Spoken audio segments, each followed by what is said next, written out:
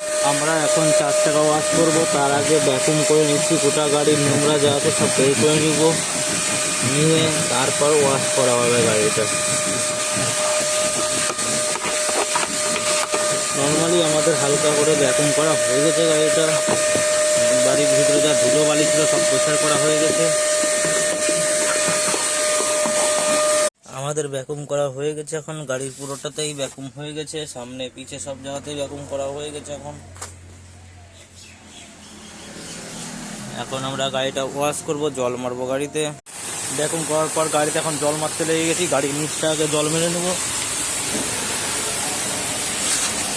গাড়ির নিচটা আগে ভালো করে ধুয়ে নেব, তারপর উপরটা ধোয়া হবে।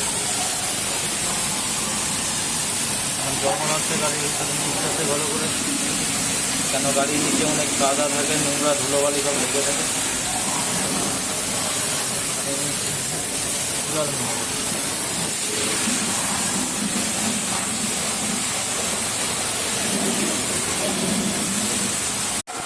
গাড়ির নিচটা আমাদের জল মারা হতে চলেছে, সেটার মধ্যে এখন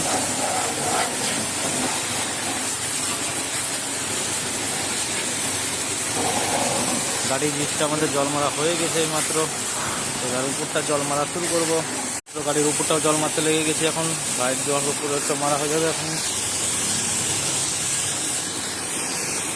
গাড়ির উপরটা জল মারা হচ্ছে এখন।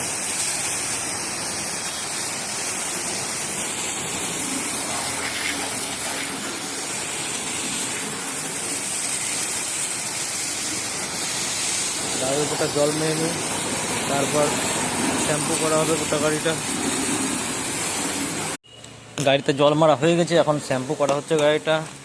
এইভাবে গোটা গাড়িটা শ্যাম্পু করা হয়ে যাবে, আর শ্যাম্পু করা হয়ে যাওয়ার পর আবার জল মারা হবে।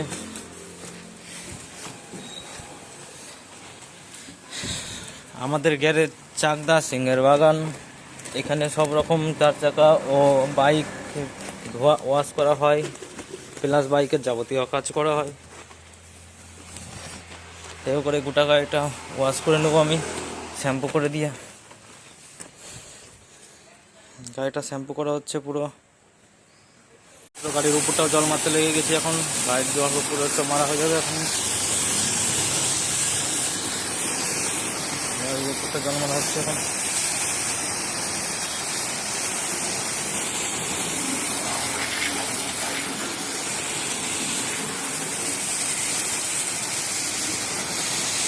গাড়ির উপরটা জল মেরে নিই, তারপর শ্যাম্পু করা হবে গোটা গাড়িটা।